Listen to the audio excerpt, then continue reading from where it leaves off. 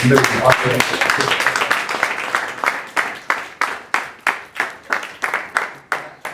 an absolute thriller. Steel, heart, engine. So pleased with Joe Cordina and also Tony Simms. These two have made a lot of sacrifices. Great team, and as far as I'm concerned, that cements Joe Cordina as the best 130-pound fighter in the world. And over to the floor for questions. How's the hand job? Yeah, it's fine. Just a bruised knuckle, that's all. Every time I hit him, he got a hard leg. But every time I hit him, I feel the bruise just swelling and swelling. But yeah, the injury that I had is fine. You felt confident throughout the fight? Yeah, listen, don't get me wrong, it was a tough fight, and I'm not going to sit here and say it was an easy fight or anything. It just shows we were all there watching, so it was definitely a tough fight. But there wasn't a time there apart from it was 2 rounds. He hit me with a body shot, one of them. Then was one with a headshot. Other than them 2 rounds, I felt comfortable in them. Amazing, mate. Congratulations. Thank you. Your hardest fight, Joe? Oh yeah, for sure. I knew that it was going to be my hardest fight. But I was prepared, like I've said previously in the ring. Tony grafted me through this camp, and literally it was grueling, and I had to ask myself a few questions. I answered them, and what I did in camp set me up nicely for tonight. Were you surprised that it went to split decision, considering your reaction that you didn't look like a fighter who thought you won at the end of it? Yeah, I was surprised. I didn't. The one who had it 116, 111. Yeah, I don't know what he was smoking, but yeah, I didn't know where he got that from. I think actually go to the last 5 rounds to round. Yeah, which was annoying. No, what? 9 rounds. Yeah, but the last 5 was, I mean, the 10th round was one of Joe's best rounds. I mean, emphatically. Yeah, that was a joke. And but yeah, I felt confident there. I was when he was getting close up, and don't get me wrong, he was working to the body. A lot of it was going on the arms, on the gloves, and I was seeing my shots in close in. I felt comfortable in it, and I could have gone another 3-4 rounds. I felt fit, felt comfortable, and I've said it previously. There's no gym in the UK that trains harder than us. Did you feel like the crowd matched last June, because that was such a special night, and tonight was? Yeah, they showed up tonight, and it was a special moment. I said to people before, whatever I do in my career will never match what I did last June. But that do come close. It do come close. The crowd was amazing. I appreciate everyone for coming out and showing up. And yeah, really look to do it again in the future. What's in it the sport you're basically, you have to dedicate your life to it. Do you feel like you kind of got your life back? You're back where you were? Yeah, I sacrificed a lot, as I've said before in interviews. I live away from home. I've got 3 young children that I miss daily when I'm away. But everything I do in camp and in boxing is for them in the future. My wife stays at home, looks after my kids, and I see them. This camp I was away for 16 weeks. Not all in all, but I came back for around about 12, 14 days in that 16 weeks. So yeah, for me it is hard being away, and the sacrifices pay off, and as it shows tonight. And you hope it won't be another couple of years until we see you coming back to Cardiff now. Has Joe started something, you think? Yeah, I mean, like we said the other night, didn't we? It really was your only chance to keep boxing alive in Wales at that level. And you saw tonight in that atmosphere, unbelievable. It's 4,500 or whatever it is, completely banged out. And now it's the next step. It was 5,000 on one. Yeah. I know I get a get a good bonus. bit. Listen, if there was a bonus of He's trying to 5,000, fill now. trust me, it's definitely 4,000. But I think it's like it's time to move on, and now we move on to the bigger leagues and bigger stadiums and bigger arenas and bigger fights. I think after the Agao victory and after that fight, you've never seen 2 victories where a fighter has dethroned a world champion consecutively in that kind of fashion, with a knockout and with a fight of the year contender. So, and Joe's kind of doing things now that probably early in his career, you may not have thought that he would have done. Having a war over 12 rounds with one of the strongest fighters, out there, or a one-punch knockout. So he's got everything in the game. He's a very talented fighter, and now we've really got to make it count. That's the key, is to make it count for him and his family. Make those sacrifices all worthwhile. He's done that from a legacy point of view. Now we do it from a big fight point of view and a financial point of view as well. And time to enjoy the benefits of the hard work. Is Alpha Barrett next, or Listen, I think in terms of a voluntary, that's a big fight. But obviously, Joe as well wants unifications, and I think it's the best super featherweight in the world. I really do. And I think now there's attainable unification fights out there. Before it was just all about Shakur Stevenson. And you may see Joe going up to got other British featherweights, Josh Warrington, Lee Wood. I don't know, Mauricio O'Lara, they might be moving to 130 eventually. Joe's got a nice plan for 4, 5, 6 fights, big fights, but he wants those belts. I'd love to see him try and have a crack at Undisputed one day as well. Sure, that's your aim, isn't it? Yeah. Undisputed. I set goals, and in my career, from when I started, the first thing I did when I started boxing, I wanted to win a Welsh title, then a British title, then Europeans, worlds, all that shit. And then Olympic Games was my goal as an amateur. And once that was gone, it was all I wanted to do as a pro was be a world champion. I wasn't interested in any other belt, no British, no Commonwealth, nothing. It was all about world title. I ticked that off. Then when I won the world title last year, it was time to unify. That's what I wanted to do. They were my goals. Obviously I was stripped. So the first thing I needed to do to reach end goal is get my title back. I've done that tonight and now I want to reach end goal. Phil, obviously you got to show your power against the Gala. Was tonight the night you got to show, often talk about your boxing IQ, was tonight a good night to show that? Yeah, no, tonight, I've said it all the time, if I going forward, if I going backwards, I can do everything. I'm not a finished article by any means, and I'm not perfect, but I can do everything. I can do everything well. And I stood toe to toe with arguably a monster tonight, and I pushed him back. And I felt I was hurting him a lot of times in that fight. So, yeah, don't get me wrong, it wasn't easy, it was hard, it was tough, but I showed that I can fight. I've showed previously I can box. I can fight going forward and fight going backwards. And if I have to dig in, I will. Also showed tonight you can take a very big shot. Oh yeah, hit you clean. Yeah. I spar with Conor Ben in the past. I don't spar now, he's a big boy, but and I've moved down the weight. So yeah, but I've sparred with Conor Ben, and he hit me with some big shots. I take up and I move forward. So he's not gonna. Yeah, don't get me wrong. With little 8 ounce gloves, it do give you a little buzz, but like I said, we're the hardest working gym in the country, and I recover very fast because I'm fit. Tony puts us through graft and make sure we're in peak condition. So yeah, there was no way I was going down. There was no way I was packing it in. Yeah, I soldiered it out. Congratulations. Thank you. Joe, how much would you get out? I don't know. I'd have to watch it back. It's when you're in there, it's like I'm in there throwing shots, taking digs. I'm going back after every corner. How did I do this? How did I do it? So yeah, it's hard to gauge. I'd have to watch it back to sort of rate it out of 10. Don't think you have. I thought I had him winning by 3 rounds. It was a tough one. I think the knockdown was big, 10-8 round. Rakimov was throwing a lot of shots, but a lot of them were hitting elbows and gloves, and the shots that Joe was throwing was catching them clean, and he was hurting them as well. But it was an hard fight. We always knew it was going to be a hard fight. If you watch all of his fights, he drew Joe career like much more than Warrior.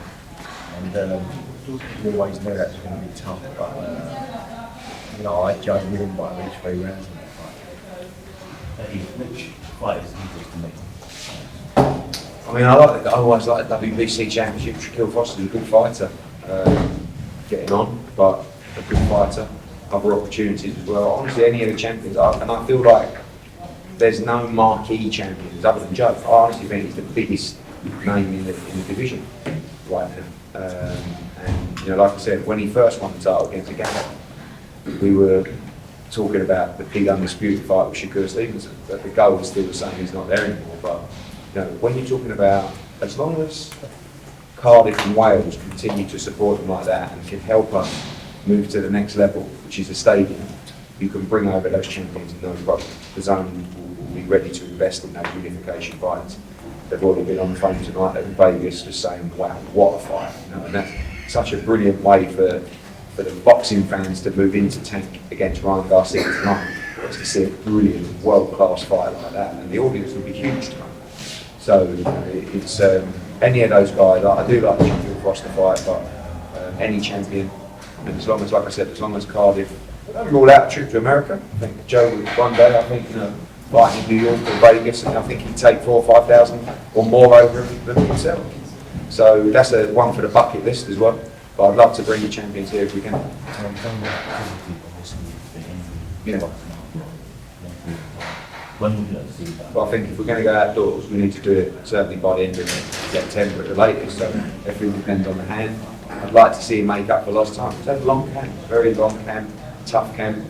But really, if we want to make it count, see, the problem is we can't bring the unification fighters to this arena. You're not generating money to bring the champions in. So we must go to the stadium.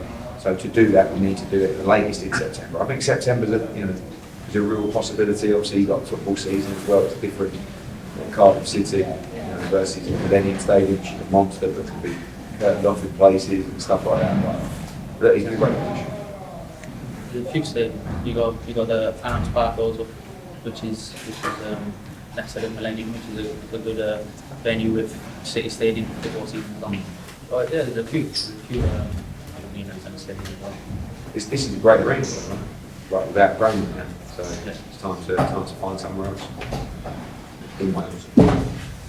Joe, on the theme of bucket list items, talk me through that entrance. Was it everything you wanted it to be? Yeah, it was mad. It was a special moment for Welsh sport. Obviously, that is always the day for football, and to see one at a boxing event is amazing. And better to do it than my world title fight. So yeah, it was. Yeah, it was great. I don't know how much of the rest of the show you're able to absorb tonight, but you're a real flag bearer for Welsh boxing, and you've made a point of wanting to bring others with you, and open a door for them. What's your message to the other fighters behind you now?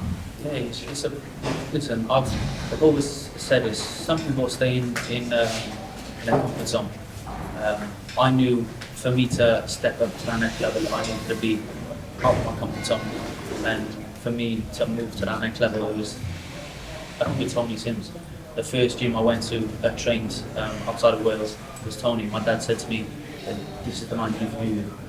And advice-wise, I take a lot of my dad. Then for me, working with Tony, we gelled straight away. He didn't let me punch a bag or a pad for like 3-4 sessions. So, and he said to me, always back, you see every mistake when you're shadowboxing. And that's what my dad seen when I first went there. Like, this is the guy you should be with, and he's took me from being a back foot, chin in the air all the time to a world champion, a 2-time world champion. So a lot of credit goes to Tommy Simms. He's up 6 in the morning in the gym with his one-to-ones, then coming at 7, he's there from 7 o'clock. Sometimes I leave till 5-6 o'clock in the evening. So a lot of the credit goes to this man next to me. I'm sure you weren't looking past tonight, but what do you do in rest and recovery now? Go back up and show me now. So I'd like to say everything there. I was looking to Dubai on Wednesday. I'm going to play golf on Monday, golf on Tuesday, fly to Dubai on Wednesday, but no one's there to have my kids, so I'm going to play golf Wednesday, Thursday, Friday, have Saturday off, play Sunday, and then I'm going to watch John Wilder in Mexico against Canelo next the week after. Enjoy. Tony, just a question for you. What does it feel like to see your fighter win the belt back? It was taken away from him suddenly, kind of abruptly, and for him to go back and win it in such a devastating fashion. What does that mean to you? Like he said, a lot of the credit goes to you. You're the one that's there at 6 a.m. in the morning and the last one to leave. What does it mean to you? It means the world to me, but I know how much sacrifice Joe's made, like leaving the game, coming down to Essex for months. He's a really hard worker, he's easy to work with, and I know how much it means to Joe and his family. It means everything. Like Eddie said before, winning world titles means his life. And Joe managed to win 2 world titles off the 2 world champions, and tonight was an hard fight. He dug in deep and he got through it. And he's a 2-time world champion.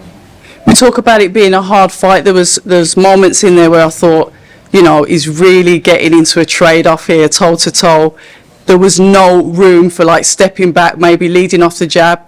How's it feel to watch your fighter going in toe-to-toe and be that confident that he can go into those deep waters and come out victorious? Because literally it was sitting on the edge of the seat thinking this could go either way at points. I think we knew through camp that it would have to be that type of fight because Rakim doesn't give you any room. You know, even though he throws a jab and moves in his feet behind it, he just pours in, head down, pours you into the ropes.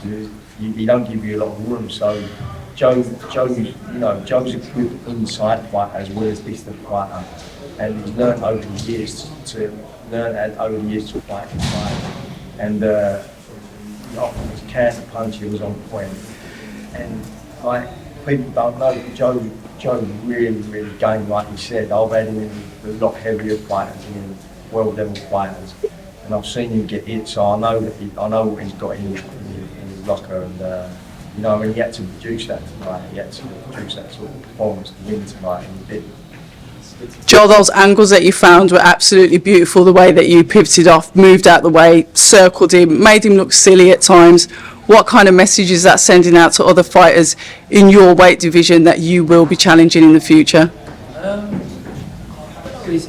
Styles make fights, so for me, it's like that works for him. It don't necessarily work for the other fighters. So it might send a message. They might take it as that, but they might say, oh yeah, that would work for me. So yeah, we worked on that though for Rakimov because he comes forward, he's over his front foot, his hands are on his head. You just cut around him, but at times there was times where he was starting to get onto it.